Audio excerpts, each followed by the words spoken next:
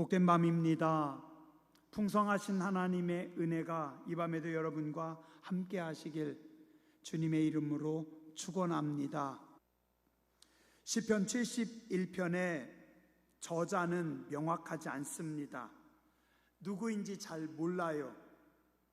근데 몇몇 신학자들 그리고 많은 목회자들은 아마도 다윗이 노년에 아들 압살롬의 반란을 겪으면서 하나님께 드린 기도라고 봅니다. 분명하지는 않아요. 그러나 한 가지 분명한 것은 오늘 시편 71편은 나이가 많이 든 성도의 신앙 고백이라는 겁니다. 다윗이 썼다면 나이가 많은 시절에 다윗이 쓴 거고, 다윗 아닌 다른 성서 저자라고 하면 누구인지는 모르지만 나이가 많은 성도가 하나님 앞에 드린 신앙 고백이라는 겁니다. 5절과 6절에 보면 어려서 엄마 뱃속에서부터 하나님을 알았던 모태 신앙인입니다.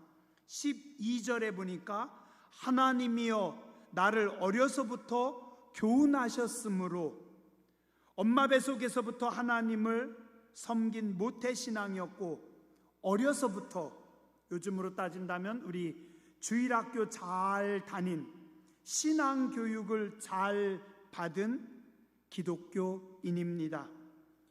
9절에 보니까 늙을 때 나를 버리지 마시며 내 힘이 쇠약할 때 나를 떠나지 마소서. 18절에 보니까 하나님이여 내가 늙어 백발이 될 때에도 나를 버리지 마시며 라고 기록하고 있습니다.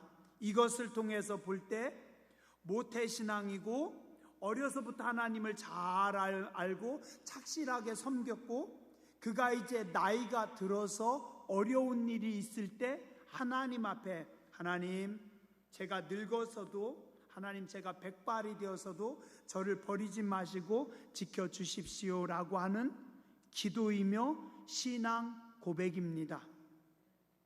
모태신앙인들 중에 많은 분들이 어릴 때부터 내가 예수님 믿은 것 때문에 여러 가지 손해본 것이 많다고, 억울하다고 말하기도 합니다. 물론 예수님을 믿는 것 때문에 손해를 보거나 혹은 억울한 일을 당할 수도 있지만, 그때는 힘들었을지 모르지만 지나고 나서 보면, 세월이 지나고 나이가 들어서 보면 어려서부터 자연스럽게 하나님을 알고 믿음의 분위기 속에서 자라났다라는 거 큰 복입니다. 어렸을 때나 젊었을 때 하나님 없이 방탕한 삶을 살다가 뒤늦게 신앙생활하는 사람들, 훈련이 안 돼서 혹은 다듬어지지 않아서 힘든 경우들 많이 봅니다. 목회자들도 보면 그렇습니다.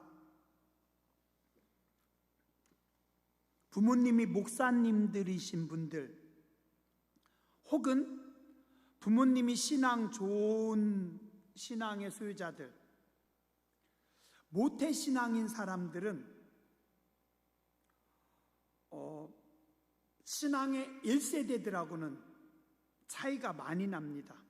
저도 친구들이라든가 선후배들 가만히 보면 자기 아버지가 목사님인 친구들은 보면 교회 생활에 어려서부터 익숙하다 보니까 많이 잘 다듬어진 모습을 보게 됩니다.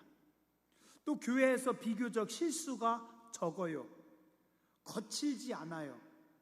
왜냐하면 어려서부터 아버지를, 어머니를 보았고 교회에서 신앙생활을 하다 보니까 성실하고 잘 다듬어지고 착실하고, 우리 김성수 목사님도 보면 그렇죠, 그죠? 제가 아버님 목사님은 못 뵀지만 스탠다드로 교육받은 느낌이 보입니다. 내 부모님들이 신앙생활을 안 하거나 개척신앙인 경우, 험난한 경우 많이 봅니다. 길이 험하기도 하고 또 본인도 거칠고 투박해서 다듬어지지 않아서 실수를 하는 경우도 종종 보고 또 어려운 경우도 많이 봅니다. 네, 오늘 시편 71편의 저자는 아주 어려서부터 엄마 뱃속에서부터 하나님을 알고 섬겼던 사람. 근데 그가 이제 나이가 들어서 노년에 어려운 일을 겪었습니다. 그래서 오늘 1절부터 4절까지는 하나님 앞에 그가 구하는 기도입니다. 1절부터 4절까지 어려운 현실 속에서 지금 하나님 앞에 기도합니다. 하나님, 나를 도와주시옵소서. 근데 이 시편 저자는 무엇을 기도해야 되는지 분명하게 알았던 사람입니다. 그래서 이렇게 고백합니다. 하나님, 내가 하나님께 피합니다. 내가 영원히 수치를 당하지 않게 하여 주시옵소서. 오늘 시편 71편의 저자는 인생의 진정한 피난처가 어디인지를 분명하게 알았습니다.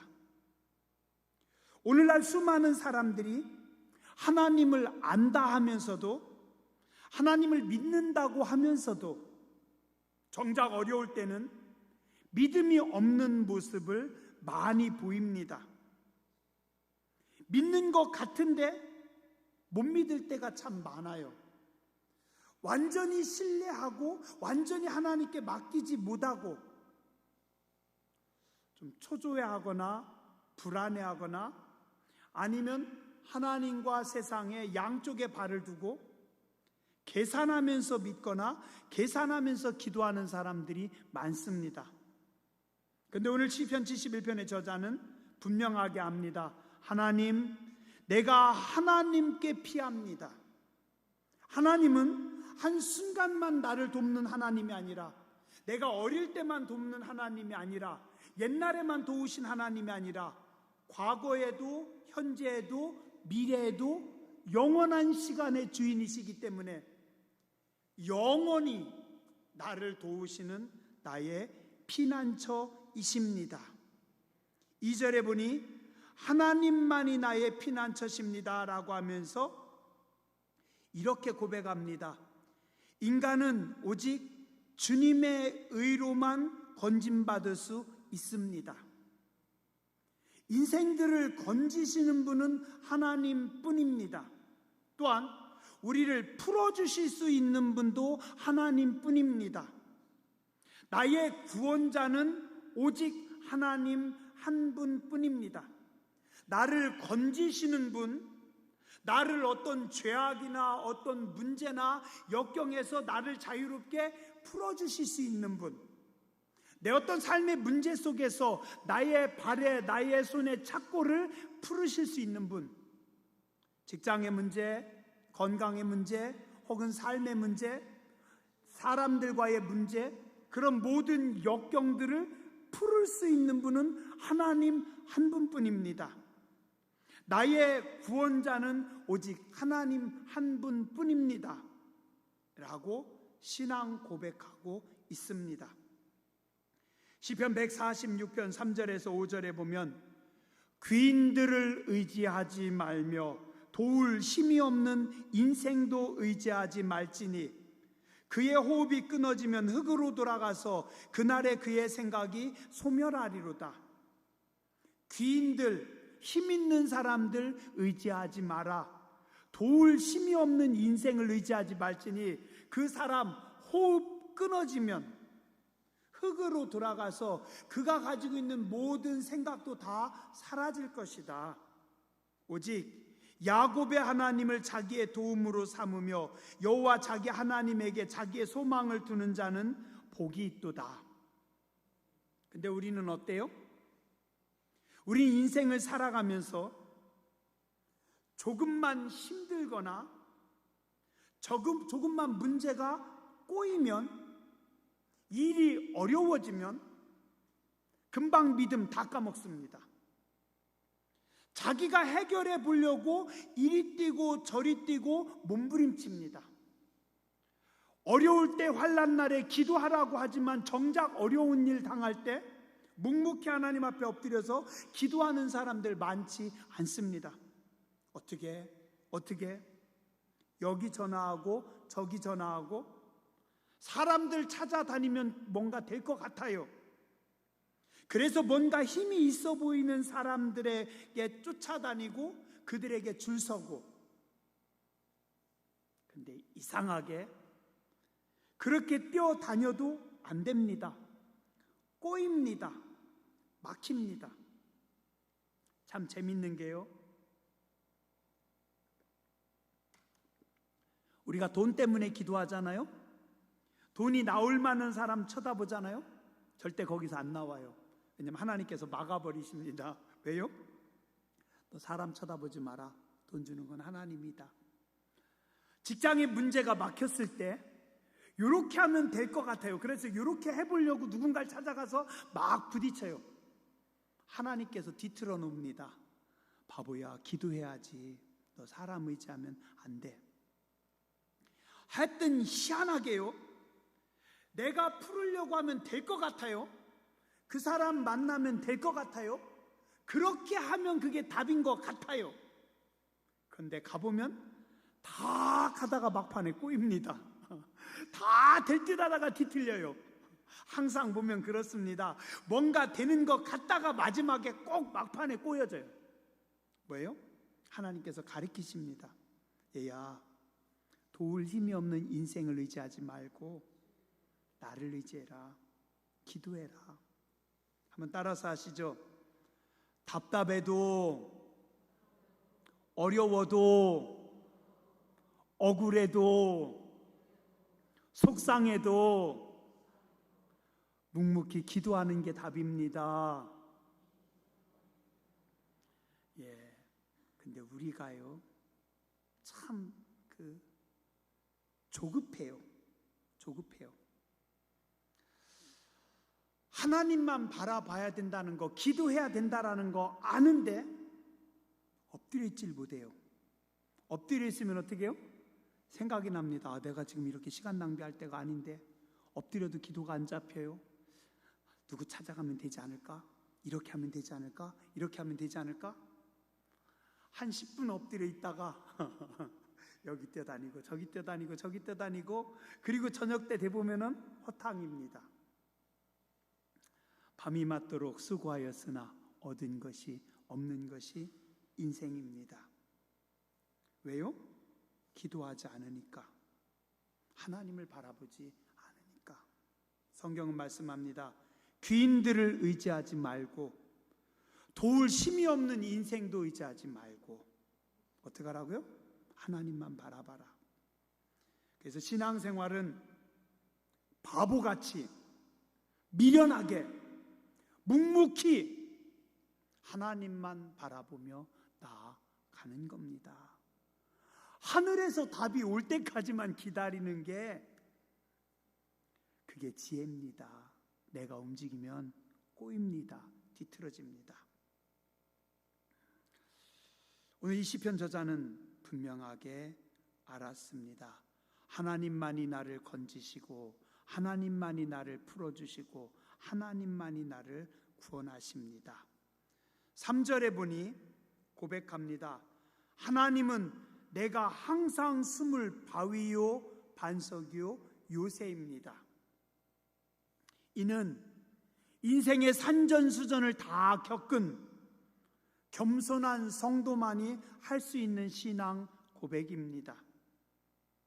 대다수 많은 사람들이 젊을 때는 남들은 몰라도 나는 똑똑해서, 나는 열심히 있어서, 나는 뭔가 능력이 있어서 잘할 수 있다라고 생각합니다.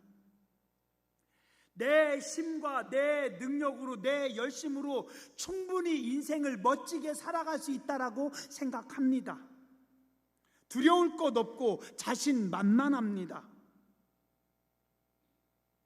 그런데 세월의 무게가 느껴질 때쯤 되면 이제 조금씩 알게 됩니다. 자신이 얼마나 미련한지, 무기력한지, 어리석은지. 세상이 만만치 않다라는 것도 이제 조금씩 알게 됩니다. 그제서야 이렇게 고백합니다. 지금까지 지내온 것 주의 크신 은혜라. 한이 없는 주의 사랑 어찌 이루 말하랴. 자나깨나 주의 손이 항상 살펴주시고 모든 일을 주 안에서 형통하게 하시네.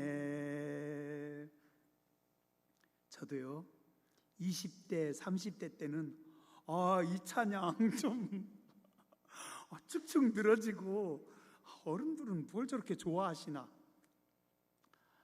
40대 들어가고 조금씩 뭔가 느낄 때 이제 조금씩 이 찬양이 느껴지는 겁니다. 지금까지 진행온 게 하나님 은혜입니다. 자나깨나 하나님의 손이 나를 살펴주셨고 모든 일을 하나님 안에서 형통하게 하셨던 겁니다. 전쟁터에서는 아무리 싸움을 잘하는 군인도 모든 칼과 모든 창을 다 피할 수 없어요. 그러나 큰 바위 뒤에 숨으면 안전합니다. 아무리 싸움을 잘하는 사람도 아무리 좋은 말도 아무리 최신식 탱크도 수렁에 빠지면 아무것도 할 수 없습니다. 전쟁을 하는데 내 말이나 내 전차가 혹은 내가 수렁에 빠졌어요. 수렁에서 아무리 싸움을 잘해도 거기 빠져나오려고 허우적대다 죽는 겁니다.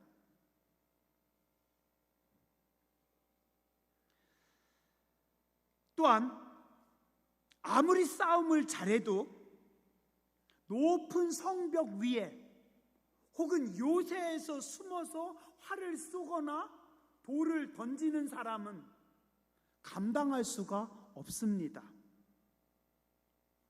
그래서 오늘 시인은 고백합니다.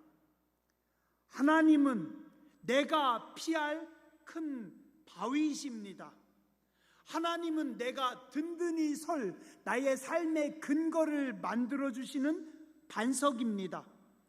전쟁터에서 싸움을 하는데 내가 탄탄한 반석 위에 든든한 돌 위에 서 있으면 그러면 내가 칼을 빼고 그러면 내가 활을 들고 내 실력을 발휘할 수 있습니다. 또한 하나님은 나의 요새입니다. 내가 요새 높은 성벽 위에서 있으면 나 혼자서 100명의 군인들도 감당하고 싸워 이길 수 있습니다. 오늘 시편 71편의 저자는 인생을 살아본 사람이기 때문에 이제 압니다. 하나님이 나의 피할 바위이십니다. 하나님이 나의 반석이십니다. 하나님이 나의 요새이십니다. 또한 하나님이 여러분 자녀들의 바위가 되시고 여러분 자녀들의 반석이 되시고 여러분 자녀들의 요새가 되는 줄 믿습니다. 이런 말씀들을 보면서 이런 말씀들을 붙잡고 여러분들이 기도하세요. 하나님은 나의 바위요 반석이요 요새이십니다. 5절에서 8절에 보니 어린 시절 하나님께서 나를 구원하신 것을 고백합니다. 또한 나는 어려서부터 하나님을 신뢰했던 사람입니다. 하나님 5절에 하나님은 나의 소망이고 내가 어려서부터 하나님을 신뢰했습니다. 6절에 엄마 뱃속에서부터 하나님을 의지했고 엄마 뱃속에서부터 하나님께서 나를 택하셨고 나는 항상 하나님을 찬송하며 살았습니다. 7절에 보니 나는 무리에게 이상한 징조같이 되었사오나 세상 사람들이 뭐라고요? 너는 예수를 믿어도 참 미련하게 믿는구나. 너는 고지식하게 믿는구나. 넌 참 답답하게 믿는구나. 세상 사람들 앞에 나는 이상한 존재처럼 느껴졌습니다. 그러나 8절, 주를 찬송함과 주께 영광 돌림이 종일토록 내 입에 가득하리이다. 사람들이 조롱하고 사람들이 비웃어도 나는 온종일 어려서부터 하나님을 바라보며 어려서부터 하나님을 찬송하고 하나님께 영광 돌렸습니다. 하나님께서 아시잖아요. 9절부터 13절, 이제 늙은 시인이 하나님 앞에 고백합니다. 하나님, 제가 어려서부터 하나님을 알고 하나님은 나의 반석이시고 나의 구원이시니 이제 내가 늙을 때에도 하나님 나를 버리지 마시고, 하나님 제 힘이 쇠약할 때에도 하나님 나를 떠나지 마십시오. 원수들은 계속해서 내 영혼을 엿보며 그들은 이야기하기를 이제 하나님께서 저를 버렸다, 이제 저 사람은 하나님께서 버렸다라고 이야기하는데, 하나님, 그래도 하나님께서 나를 지키시고 함께 하시는 줄 믿습니다. 멀리하지 마시고 속히 오셔서 나를 도와주시옵소서. 나이든 노년의 신앙인이 하나님 앞에 자기가 나이가 들어서도 하나님 나를 도와주시옵소서.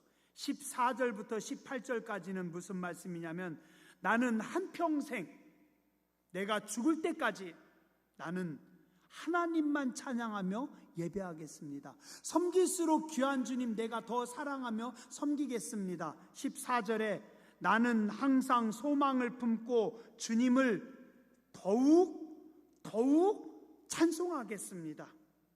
내 목소리가 닿는 그날까지, 내 기력이 다 떨어지는 그날까지, 내가 죽는 그날까지 나는 더욱더 하나님을 찬송하기 원합니다. 내가 측량할 수 없는 하나님의 은혜와 구원을 내 입으로 종일 전하겠습니다.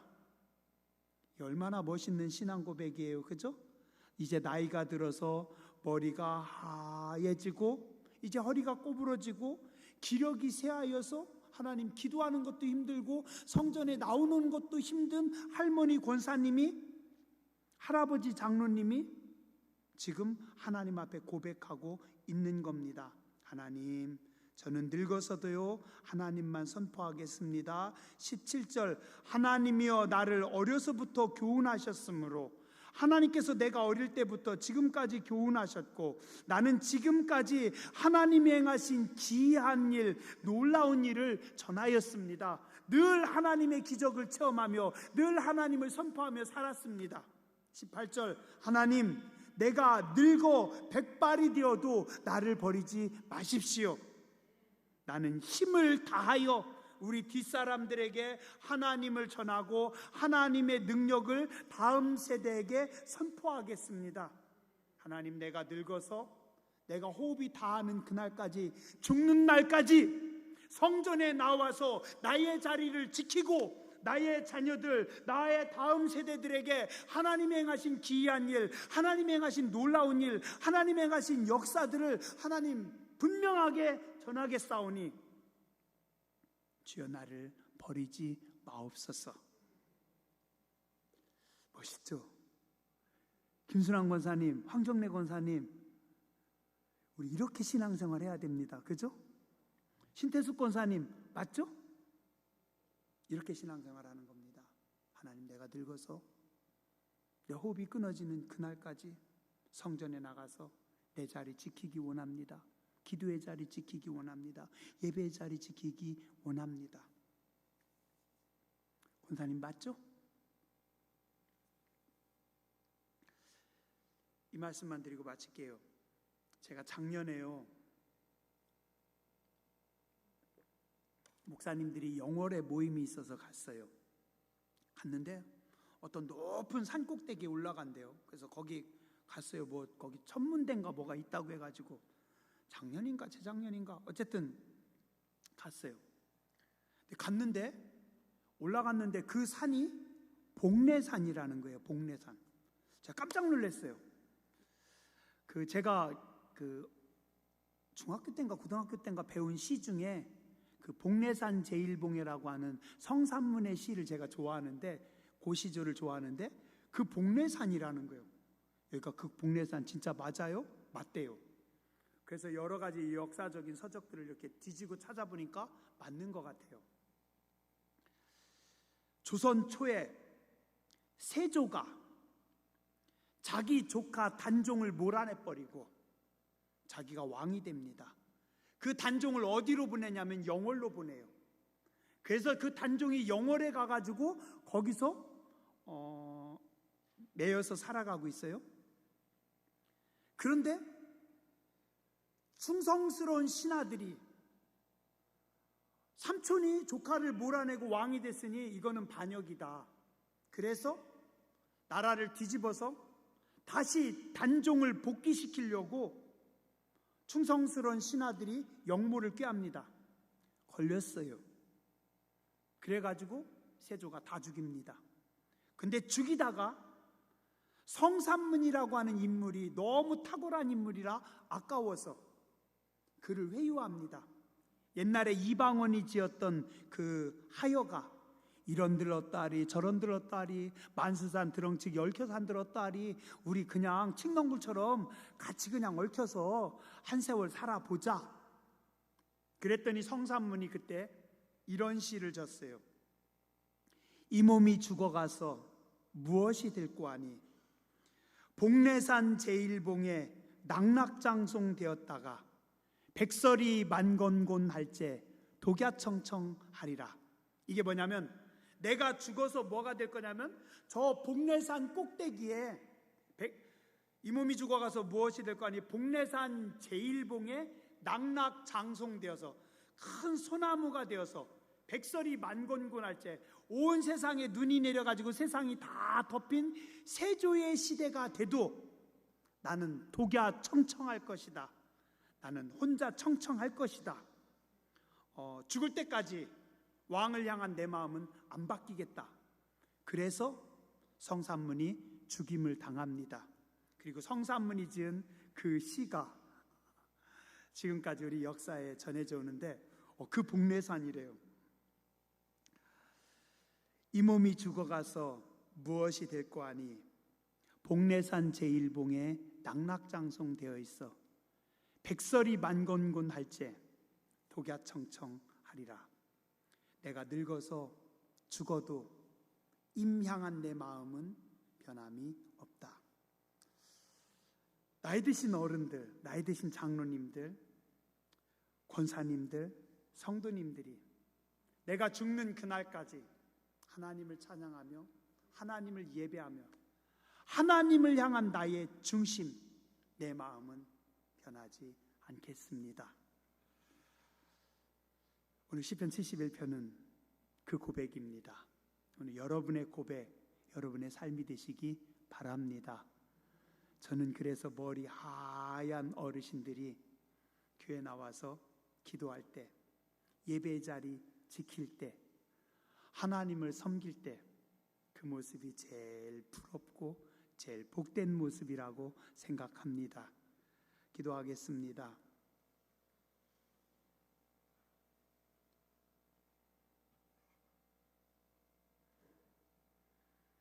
나는 항상 소망을 품고 주를 더욱 찬송하리이다.